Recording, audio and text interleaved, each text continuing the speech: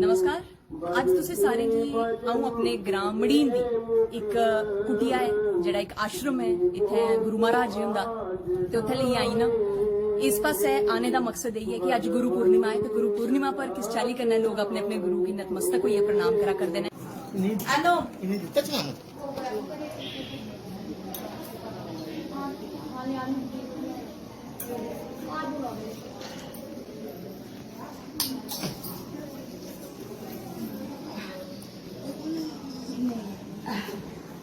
नमस्कार, जय डुगर जय मां बोली। तुस दिखा करदे हो गुलिस्तान डोगरी खबरें की आऊँ तुंदे कन्नै प्रियंका चौधरी। अज जिस चाली कन्नै सारे जानते हैं गुरु पूर्णिमा है, यानी कि अपने अपने गुरु की याद करने का अपने अपने गुरु की प्रेम करने का दिन है। तो जिस चाली कन्नै साढ़े मड़ीन ग्रां च जेहड़ी कुटिया है उत्थे अज एक कार्यक्रम का आयोजन किया गया है ते साढ़े कन्नै श्री बाई जी होर इत्थे बैठे दे ने।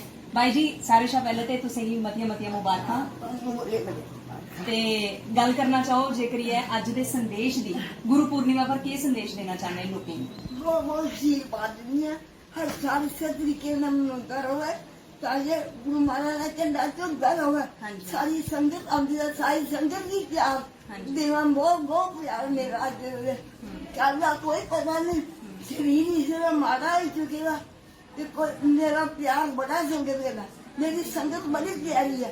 सब आते ना ये मेरे डेली वीडियो बना रहे हैं, ये मेरे बड़े प्यारे खास प्यारे इनके बिछड़ी भी आज मिलना नहीं बड़ा रोना आया बहुत प्यार की करनी मिलना एक दिन मिलने प्यार नहीं मिलने होंगी ये काम दे काज में ही प्यार नहीं लगा मैं बहुत बहुत प्यार करनी है अपनी बच्ची के लिए बहुत खुशियां दे रही थी।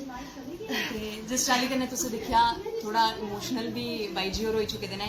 सारे लोग इन्हें की बाई जी गलांदे न ते इंदे कन्नै गै छोटी बाई जी साढ़े कन्नै मौजूद ने। छोटी बाई जी तुंदे कोला भी जानना चाहंग अज दे इस गुरु पूर्णिमा दी मतियां मतियां तुसें मुबारकां के संदेश देना चाहते? वो आशीर्वाद गुरु महाराज जी का सभी संगत को। हम कहते हैं कि यहाँ पे मड़ीन कुटिया आश्रम है, बहुत देर से महाराज जी यहाँ पे आते थे, बहुत तपस्या की उन्होंने। आज उन्हीं की वजह से यहाँ पे संगत है, उन्हीं की वजह से ये झंडा जुड़ रहा है और उनकी वजह से संगत आ रही है। और गुरु महाराज जी का सभी को बहुत बहुत आशीर्वाद है। आज गुरु पूर्णिमा की बहुत बहुत मुबारक हो सभी को, अपने अपने गुरु महाराज जी का सभी को आशीर्वाद।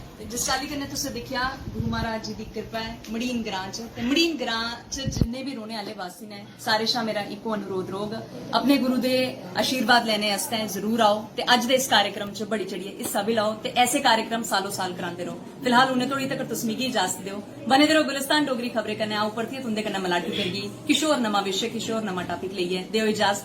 जय डुगर जय मां बोली।